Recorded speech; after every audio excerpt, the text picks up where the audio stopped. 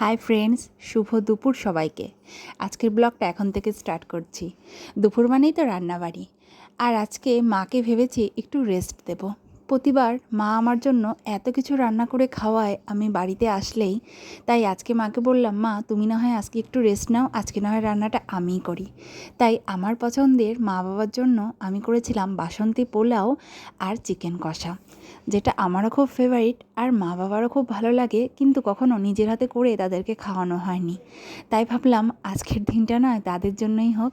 তাই আজকে আমি নিজের হাতে মার বাবার জন্য এই আইটেমটা করব দুপুরে, তারই প্রচেষ্টা চলছে। আর বাড়িতেও তো আমিই করি, শ্বশুরবাড়িতে তো বাড়িতে যখন করি তো ভাবলাম মা বাবার জন্যও না হয় একটু করি। আমার শাশুড়ি মার কিন্তু খুব পছন্দ আমার হাতের এই বাসন্তী পোলাও আর চিকেন কষা, তাই মার জন্য আজকে আমি এটাই করব ঠিক করেছিলাম। আসলে মায়েদেরও তো ইচ্ছে করে যে তাদেরকে কেউ কিছু করে খাওয়াক, তারাই সারা জীবন সবসময় সবার জন্য করে যায়।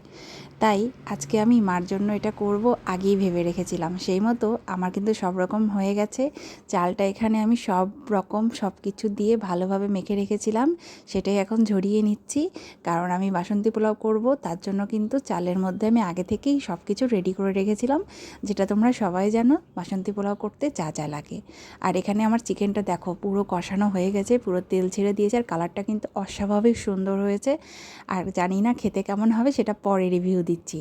আর এদিকে আমার চাল আমি দিয়ে দিলাম কড়াইতে। আর মা এসেছে, ভাবছে আমি একা একা কি পারবো কি পারবো না। তা আমি ভাবছি তোমার কিছু চিন্তা করতে হবে না, তুমি যাও যে তোমার কাজগুলো করো, যেগুলো তুমি করছো আমাকে আমার মতো ছেড়ে দাও আজকে রান্নাঘরে।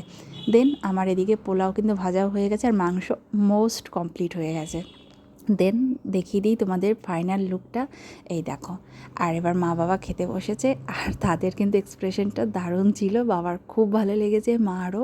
কারণ এই প্রথমবার তারা আমার হাতের বাসন্তী পোলাও খেলো, আর খেয়ে কিন্তু তারা খুব হ্যাপি। আর বাবা মা হ্যাপি মানে আমিও ভীষণ হ্যাপি যে আমি রান্না করেছি কিছু একটা, আর বাবা মার খেয়ে সেটা এত ভালো লেগেছে, সেটা দেখেই আমার খুব ভালো লাগছিল। এভাবেই বাবা মার জন্য কিছু করতে পারলে কিন্তু খুব ভালো লাগে। আর আজকে আমি সত্যি খুবই হ্যাপি ছিলাম।